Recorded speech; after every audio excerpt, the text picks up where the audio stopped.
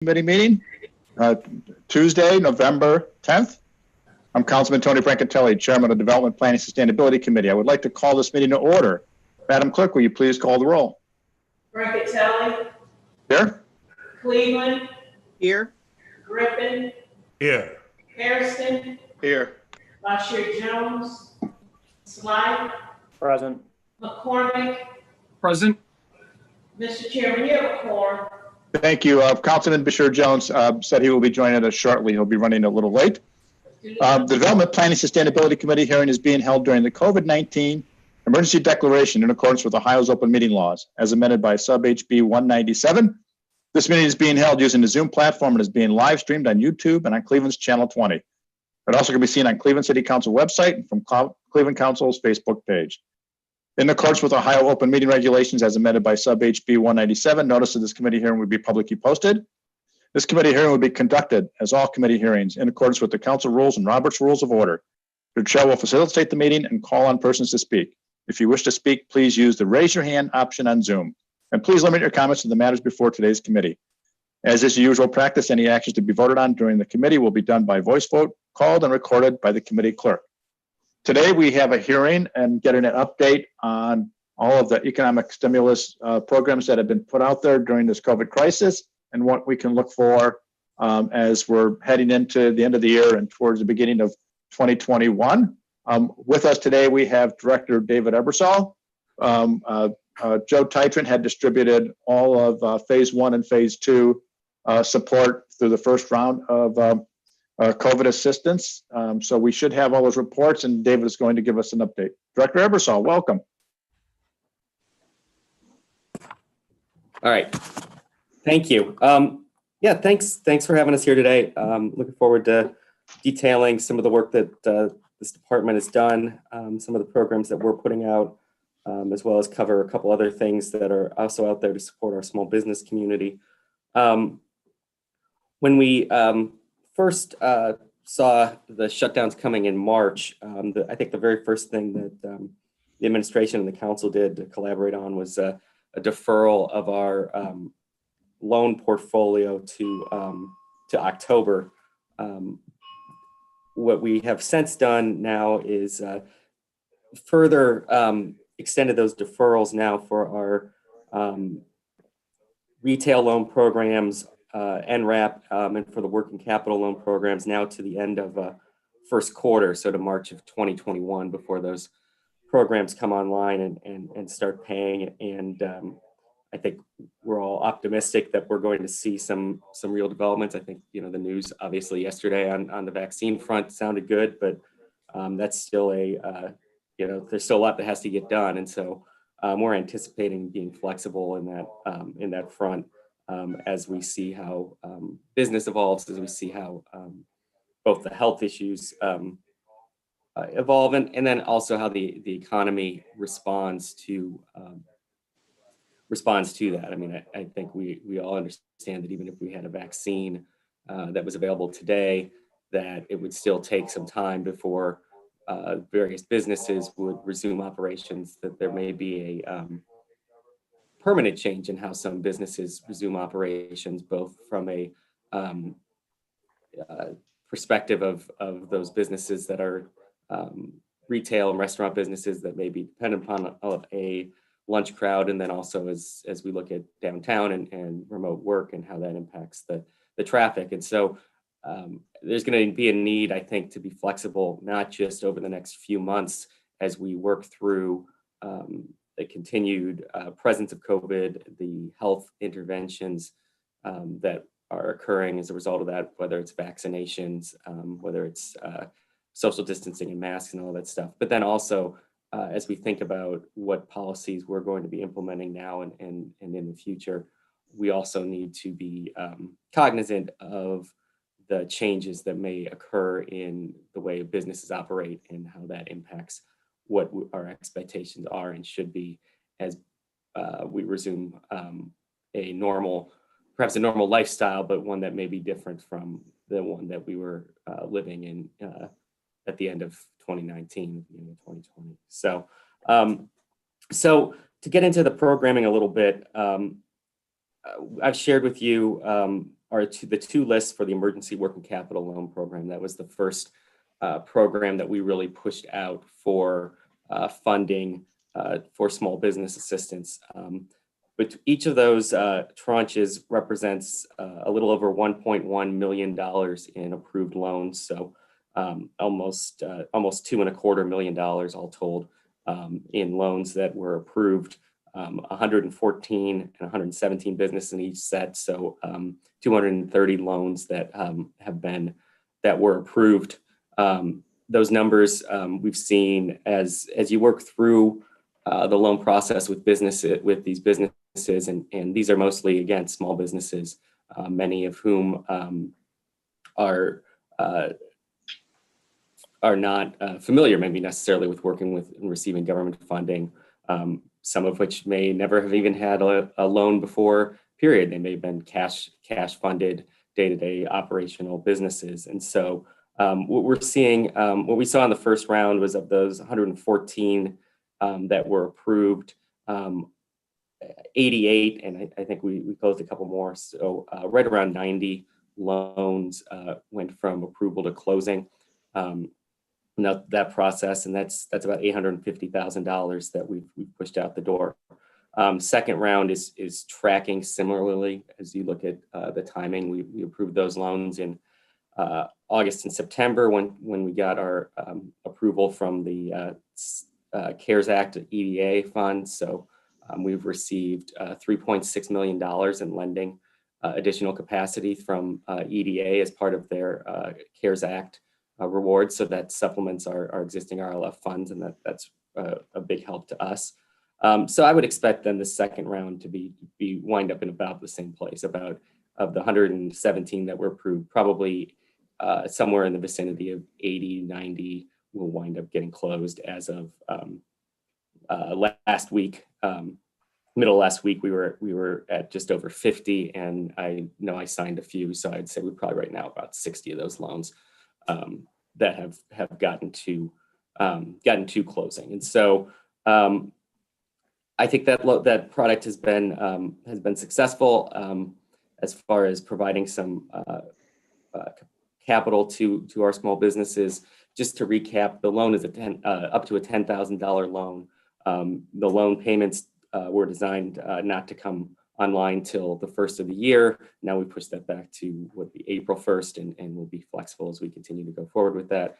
And when they do come online, payments will be a maximum of $150 a month. So you get a fair amount of capital in to pay your rent, help pay your bills, and then the payback is a small amount of revenue over a pretty stretched out period of time, about be a little bit more than 6 years to pay off those loans. So what we have done this week too, which we rolled out and announced at the end of last week, 2 additional programs. One is the Supplemental Emergency Working Capital Loan. We rolled this out as part of our initial programs. We tweaked it a little bit.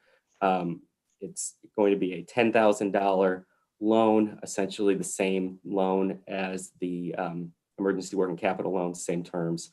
Doesn't come online till 2022, but same design, $10,000, $150 payments, designed to provide additional capital to pay rent and pay bills and so forth. And then a supplement to that is a $10,000 grant to businesses. This program is targeted towards the businesses that we've seen are the hardest hit businesses: restaurants, retails, personal care, barbershops, hair salons, nails, all that kind of stuff.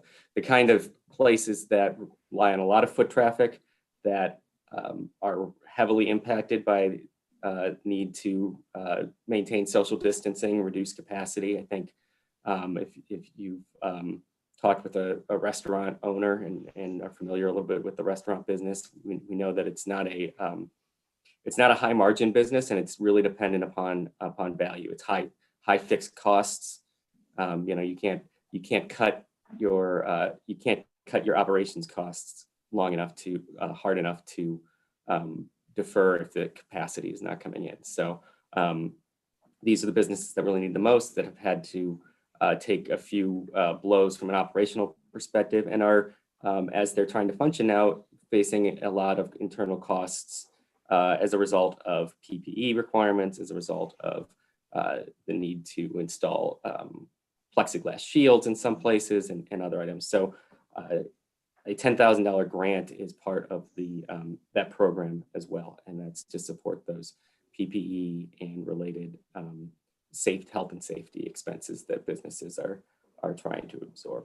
And director, how much is going to be in that fund? That fund right now we have up to $1 million of capacity in both lending capacity and grant capacity, and we can probably, we'll see where the applications land, and then we can adjust as needed. We had 30 applications. And that program is one is the supplemental emergency. The grant one is called which again?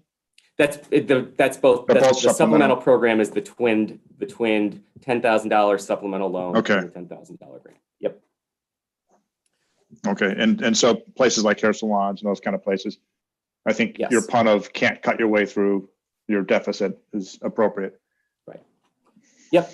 And so we've just actually yesterday, and I'll send this list over as well. We had about 30 businesses that we had worked with in the first round that we're going to be pushing through supplemental programming as well. So I'll send that list of businesses over. Great. Moving forward, the other program that I want to highlight here, and this is a new program, and this is a response to some of the work and some of the thoughts that we've heard, and I want to give a lot of credit to Kevin Schmatzer on my staff, who was really kind of the ear to the ground on this one and helped generate the idea. A lot of businesses, restaurants right now are taking some additional steps to function in the winter in the environments that we have put together, that we're seeing people operate now. So that means operating outside, operating with increased ventilation, i.e. open windows to the outside. And you've seen the igloos come up on East 9th Street if you've driven down. We've all seen a fire pit or a gas heater, and we all know what winter is like in Cleveland. And so if you're a restaurateur who wants to maintain your outdoor operations, you're going to have to make some investments in infrastructure in order to do that. But whether it's purchase or rental of heaters, whether it's installation of an igloo, whether it's just increased heating costs, whether it's things like making sure your employees have hats and coats and gloves. I mean, these are all costs that businesses are going to have to face to operate outdoors in the winter in order to try and keep things going, keep things alive. And so we've now put aside $500,000 to make grants of up to $5,000 to help businesses who are looking to make these operations and bear these costs. And we'll be taking those applications up through the end of the month. Through the end of November, we're looking to try and reach out to businesses by middle of December and let them know that they'll be receiving these funds. So, Councilman Griffin, you had a question on that point? You just repeat those numbers again. I was trying to take notes so that I can send messages to my businesses. We've put aside $500,000. We're going to provide grants of up to $5,000 per business. And applications are open now. We'll be taking them through the end of November. Our goal is to try and reach out to people and let them know that they've been selected by the middle of December. Thank you. Is that online? Yes. Okay. And when I send over the supplementals, I'll also send over the application links just so that we can keep them circulating. Okay, so those are the two programs that we just rolled out that we're looking to push pretty heavily here through the winter to help support. We're really both programs, both the supplemental working capital loans and the winter operations support are really targeted towards that restaurant sector, the retail sectors, and who have been really hard hit through the pandemic so far. I think what we've seen, Amazon's doing great. People who produce things that get sold on Amazon are doing okay. I think there's some thoughts as to where the economy may be going now that a lot of the unemployment support and the income support programs have started to fall off. But the second quarter, third quarter economic numbers showed that consumer spending stayed pretty strong. And so we haven't seen as much of an impact in those businesses that support and produce things. But it's something we've got to keep a pulse on, keep an eye on. But right now our programs are really focused on those service, entertainment related industries that line our streets and that have really been struggling and normally face a lot of challenges in the winter. And so we're trying to focus on helping them out as well. So that kind of summarizes where we are on COVID relief. I would also add that we still would take any business that needs working capital. We'll still take applications for the $10,000 emergency working capital loan program. Larger businesses, we have even pre-COVID, we've been able to help support working capital with our EDA revolving loan fund. We can do that now on somewhat more generous terms with rates being as low as they are and with some regulatory flexibility that EDA has given us. So that kind of sums up where we've been on COVID relief. And I have a couple other things I would want to touch on that are sort of outside of that box specifically, but maybe I'll pause here and. Well, if you can talk a little bit about the deferred loans that. Sure. Yeah, we deferred every loan in the portfolio that we could in March to October, and that so the ones that were not deferred wound up being like HUD 108 loans, where HUD tells us when they're what we have to pay, and since we have to pay, the borrowers have to pay. Initially, it looked like EDA loans were not going to be able to be deferred, but then EDA granted us some relief in I think it was May, and so we were able to reduce the essentially make the interest rate zero, which allowed us to defer those loans somewhat. And then what we've done now is we've extended that for NRAP loans, neighborhood retail loans, which are the largest segment of sort of regular paying loans in our portfolio.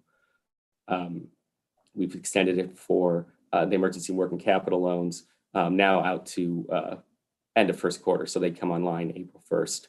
And then we'll take a look at where we think we are in January, February, and see if there's a need for future deferrals at that point in time. I don't want to speculate too much about what we're going to do, but if things aren't substantially different from what they are right now anyway, I would think we'd probably continue to push those out. And so, Councilman Griffin, a question? Yeah, Mr. Chair, it would be great to have those schedules because I really want to make sure I educate our businesses. I'm starting to get a lot more questions from my businesses around when loans are called, when they're due. So when you're telling me that the emergency working capital loans and those things are due in April, I really think it would be great for this council to have a schedule if we could request that, Mr. Chair. So Director, if you could have somebody from your staff put together what looks like a newsletter article. Many of us have newsletters going out for the end of the year. And I know we can put something in our newsletter that's uniform across the entire city. Here's what we're all saying, and here's the work that you guys have been doing. Okay. Absolutely. And thank you, Councilman. I think that'll be really helpful. Director, you mentioned about the numbers that are closing. I know we are hitting the end of the year, and certainly extending those deferrals past the holidays, because many of these businesses, especially in the food industry, rely so heavily on income. Their Christmas is our Christmas. So deferring those are helpful. But relative to the shutdown of the finance department, of those that are closed on support for the working capital, how are those getting processed and paid? Sure. So we're still, we're still issuing checks up through middle of December, I think, in with the finance department, and we have a good relationship with the finance department. We've been able to cooperate on a lot of these transactions. I've got, like I said, was signing like crazy last week, so some of those numbers are going to come up, and then we're going to continue to work through and close these and get them in a position, whether it's before or after the holidays, to get these in and out, and if we are in a position where we need to work to trickle in a handful, I can work with finance on that as well. I think the ones that we've outlined today, most of these applications are probably not going to come in until really the end of November into December, and then once we get applications in, there's a process in getting contracts out, collecting information from the businesses, getting their information in, and so as I kind of feel like the ones that we're bringing in right now are probably most likely to be landing in early January anyway, by the time documents get in and get flowed together. And so we've kind of built into our process working around the city's system, and making sure that we're not creating expectations and then failing. Yeah, when I work with our local businesses, I don't apologize. The structure, we are a government. These are taxpayer dollars, and we have a lot of responsibility for our portfolio. And you try and remind folks, one bad loan affects the entire portfolio, and it's important for us that we follow those criteria. Maybe I'll work with Councilman Griffin. He's our representative on NPI, and find ways that we can bridge people. When we know we have contracts approved, we're signing PIFs, trying to put contracts for NRAP and others. Are there things that, when I was at the CDC, I had a line of credit, I borrowed against our contracts. We have a contract, we can borrow against it, we can pay out. Maybe we can figure out how we can, make sure that these small businesses during these critical times at the end of the year when the tax bills are due. So maybe Councilman Griffin and I can work together. But yeah, you guys have been doing a great job. Folks forget that we're also working in COVID. So it's not like we have 1,000 folks sitting around waiting for contracts to come in. Your team is working really hard, and certainly appreciate Kevin Smatra, who's been really the ear to the ground out there that have been figuring out what these small businesses need. He's not waiting for people to call him; he's going out and getting them. So I think that's critically important. So yeah, a couple things on that. One, I do want to highlight the work that really my team has done. As I mentioned earlier, now we've approved 231 of these agreements. We would normally approve 100 or so agreements in a regular year. So we're way over that. Plus, we're doing NRAPs and VPIs and all kinds of other things. I haven't tallied it up, but we might wind up close to 300 or so agreements that will approve through this year. So 3 times the volume on my staff, and they've worked really hard in a really challenging environment. And then on the bridging point too, there are a lot of organizations that are out there. ECDI we work with. We've worked with Honeycomb Capital, who provide Hebrew Free Loans, another one that will provide loans at about this scale at 0 or very low interest rates, and are a good option both for bridging to availability of city funds, and just for having additional resources at highly favorable rates that help businesses stay in business. So that's something we could collaborate on as we move forward. Yeah, that's great. I remind folks, we're still probably going to hit $1 billion in construction this year in the city.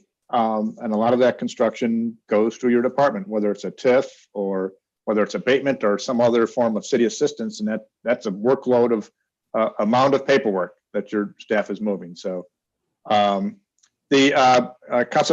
McCormick has a question, and then Councilman Slife, you have a question as well. Thank you, Okay. Mr. Chairman. Yeah. Appreciate this conversation, and Director, to you and your department. And thank you all so much for your support and your nimble and quick responses to neighborhood businesses and supporting them. I really appreciate it. Mr. Chairman, my question is regarding the, I'm sorry. I've got something popping up on my screen. My question is regarding the patio extensions. I still have not received any information about guidelines for our businesses as to what they're going to be able to do for their patio extensions. I understand this is not necessarily in your wheelhouse, Director, but I've got a lot of businesses, that love the programs, love the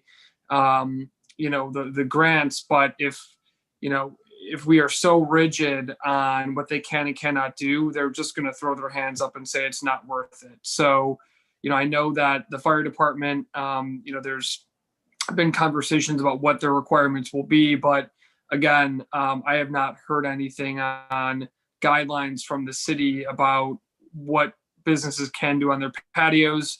Specifically, I'm interested in how can we work with businesses to make sure they can have heating elements on their patios that don't pose a public safety threat, but that also don't come with regulations that are so onerous that they're just going to say it's not worth it. Yeah, so I think I know there was a working group that was working on the regulatory regime that met yesterday, and so I think it's coming, and I will take that message to my colleagues who are working on that. Thank you. Yeah, and again, I know Mr. Chairman and the Director, today is 73 and beautiful, but this is not what it's going to be like very shortly. So obviously, time is of the essence. Thank you, Mr. Chair. Thank you. Councilman Slife, then Councilman Griffin. Thank you, Mr. Chair. And you asked the first half of my question kind of related to finance closing and check disbursement. Just so we are aware as we're working, if I go talk to a business today and I say, hey, we've got this $10,000 program, but I can't get you any money until January, that's obviously not the ideal information to share. Do we know when does finance plan to reopen in January, that we can work through that time to get things in order, certify the contracts, and then get the checks out as soon as possible?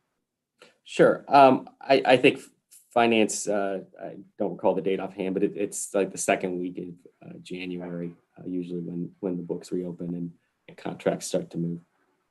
Thank you. And I'm no accountant, Mr. Chair, so I'm not sure why it's such a long shutdown for year-end close, but that's, I guess, a different conversation for a different meeting. And then additionally, and this is, to Director Ebersol, and maybe it's anecdotal, but so many months into this crisis and, hearing about small businesses closing, do we have any sense, is there any at this point kind of data we can be looking at of what types of businesses are closing, where they're closing, and just understanding if we need to help you all be more targeted towards businesses that might not be aware of these programs but are really most at risk? I think a couple of things. One, I mentioned earlier that the consumption spending stayed fairly high through the predominantly supported by some of the stimulus work. But I think we've seen, and you see it in the reports, that the big winners of that have been Amazon,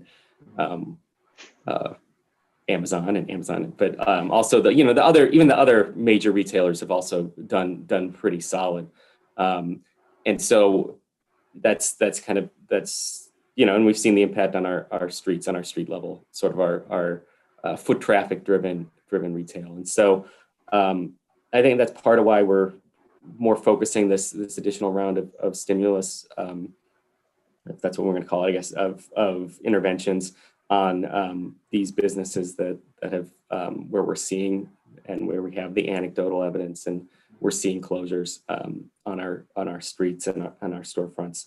I think from a more macro perspective, we're working right now with Siri on developing a program on where our manufacturing and our industrial sectors think they are and where they think they're going.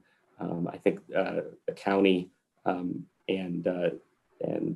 some of our partners, we were partnering that as well, to put out a survey on downtown businesses, which we're I think they're starting to see those come in. The Cleveland Foundation played a role in that, and so we're starting to see I think some efforts on taking a more I don't want to say rigorous, but more data, less anecdotal driven approach to seeing how the pandemic has affected businesses. But I think the anecdotes right now are telling you what the numbers are going to play out. And I think that's why it's important right now to try and do what we're looking to do and try and get more money into our storefronts. Thank you. And I actually appreciate you kind of going into that. We're talking about small businesses, mostly restaurants, but I appreciate you going larger into downtown businesses, manufacturers, because obviously all of these things play together and affect our municipal budget and affect people's lives. Thank you, Mr. Chair. I will leave it at that. Thank you, and I appreciate Director taking that more measured approach. That let's see how this plays out. Councilman Griffin. Thank you, Mr. Chair. And Councilman McCormick asked most of my questions because we're dealing with the same issue with some of our residents, where it seems like the rules are very onerous. And as he said, even though we have a great day today, it'll probably be 50 this weekend or whatever. So a lot of those restaurants need to heat up their locations a little better. So I hope that does get worked out.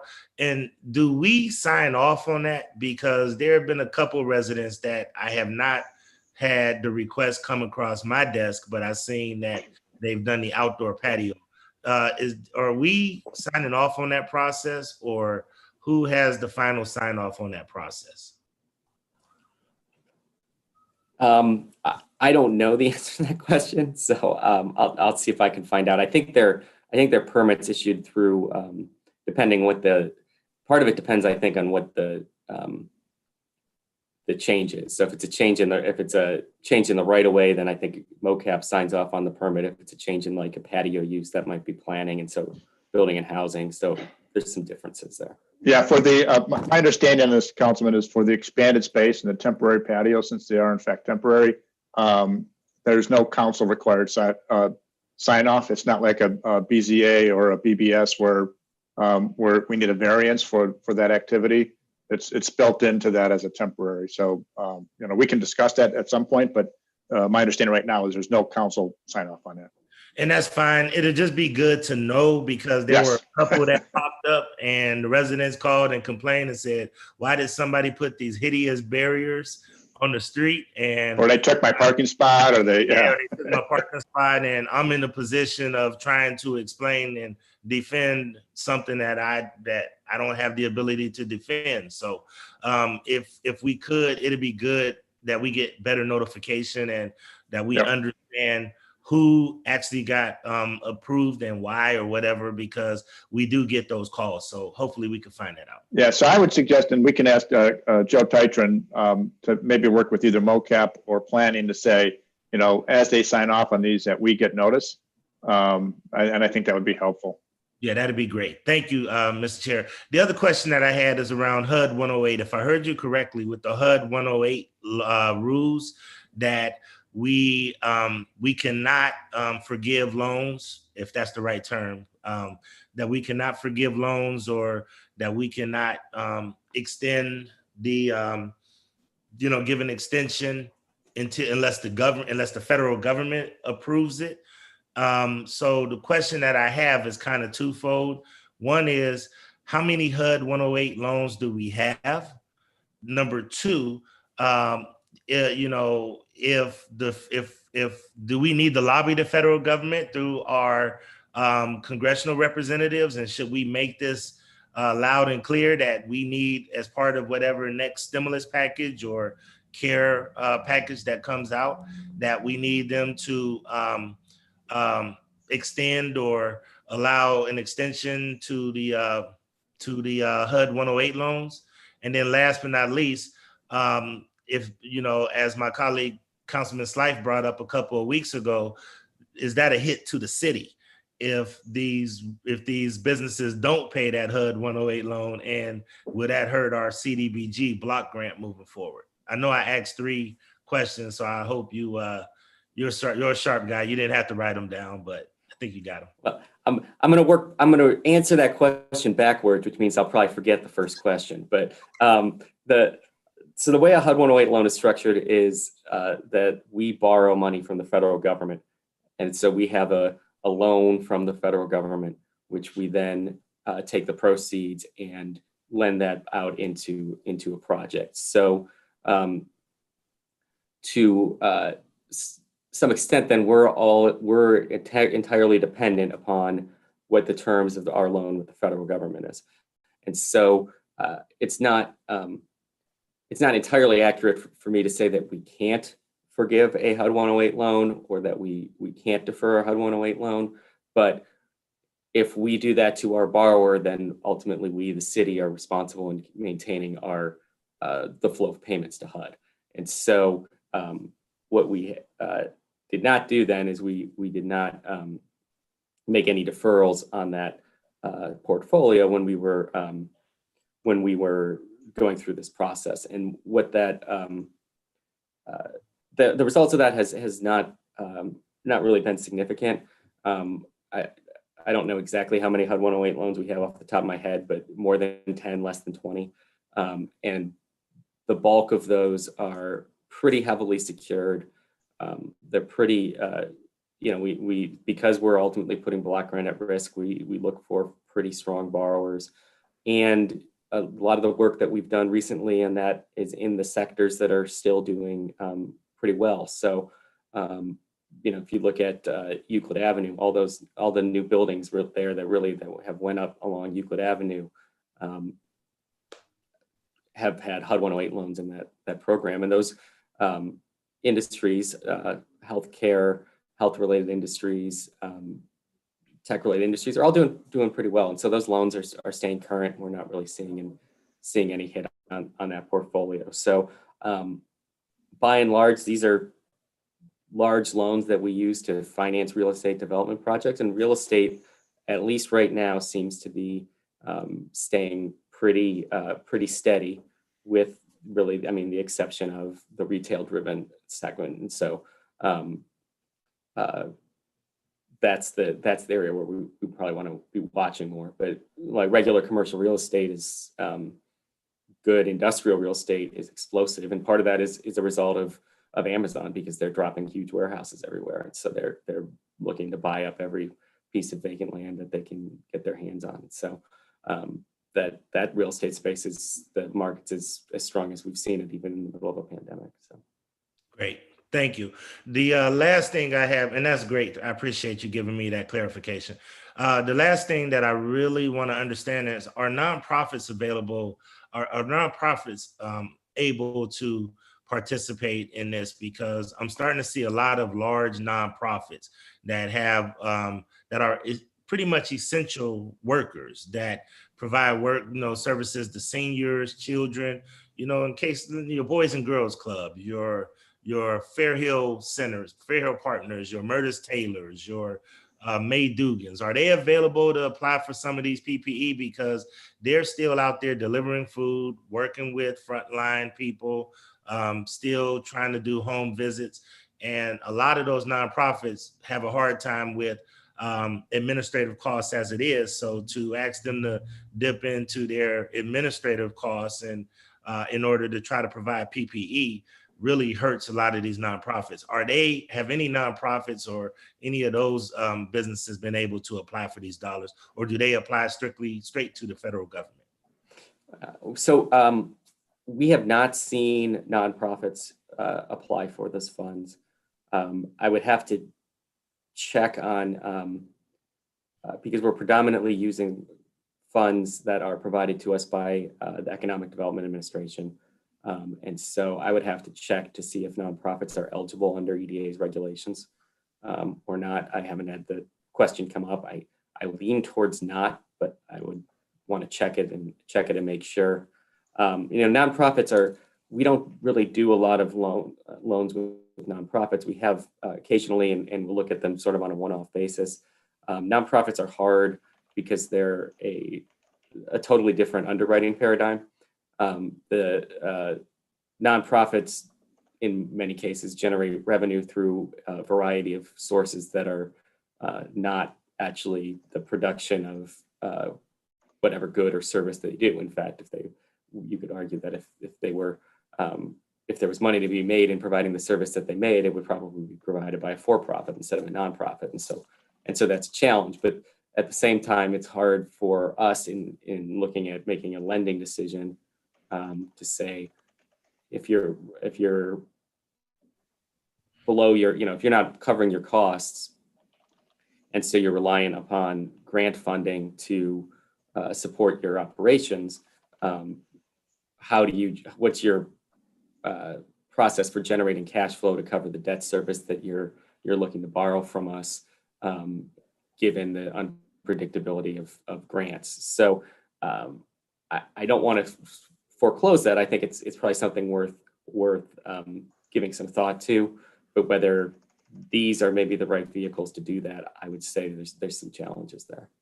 No problem. And I totally understand that. It would be good, Mr. Chairman, if we know, because some of these large nonprofits, even though they, are nonprofits, still serve large amounts of people. And a lot of times they have tenants and they don't have the ability to put plexiglass up like you see grocery stores and other places, and to provide that protective nature of their tenants nor their workers. So, that's something we should just think about, because you do have a lot of large nonprofits that are still really interacting with the public on a day-to-day basis. So it'd be good to know what avenues they have in order to try to get some of that support. And I do agree this may not be the best avenue, but it'll be good to know what avenue to steer them to if they have those questions. Thank you, Mr. Chair. That's all I had. Thank you. I don't think we have any further questions on the Capital Working Loan CARES Act or Supplemental Emergency. Director, you had a few more points to make, please. Yeah, I just wanted to highlight two other things that the state is doing. One, I think they just announced that if you're a payer of workers' comp premiums, they've given a couple of dividends, and I think they're looking at doing another round off that. And so the way that works is that they have funds invested and they have all the premiums that are being paid, and it's an insurance. I mean, the workers' compensation is an insurance scheme, and so to the extent that claims have been down, if there's surplus revenue, BWC will refund some of that money to premium payers. So if you're working with the businesses that pay workers' comp, which every business should, make sure they're aware that there may be an opportunity to collect some funds from it, and that they should watch to make sure that they're picking up the mail and that they're not just throwing it away as another piece of advertising or junk mail or whatever from that. Secondly, last week, the state rolled out two small business relief programs, a $10,000 grant program for small businesses writ large, and then a $2,500 reimbursement for holders of liquor permits. And so bars and restaurants that own a liquor permit are entitled to a reimbursement, to apply for a reimbursement on their the fees that they paid for. And the website for that is businesshelp.ohio.gov. So I just wanted to make sure I highlighted those two programs as well. Yeah, if you can put that in that memo to Yep. Tytron as well, that would be helpful. And if you can just back up on the workers' comp, it was noted Columbus is getting a large payment on that, but the city of Cleveland wouldn't get that. I can't comment. I don't know. Yeah, I thought we switched on how our policy works, but we may want to ask. We can reach out to Director Dumas and find that out on whether or not we would be getting a reimbursement on that. And the other is, if you can speak real quickly, and I think, this was noted in a couple places for our licensing fees for some of our vendors. we're deferring some of these fees, and I think even on our taxi drivers, some of our small businesses. Yeah, I can do some follow-up work on that as well. I know, I mean, we recently did some deferrals in Forgiveness West Side Market.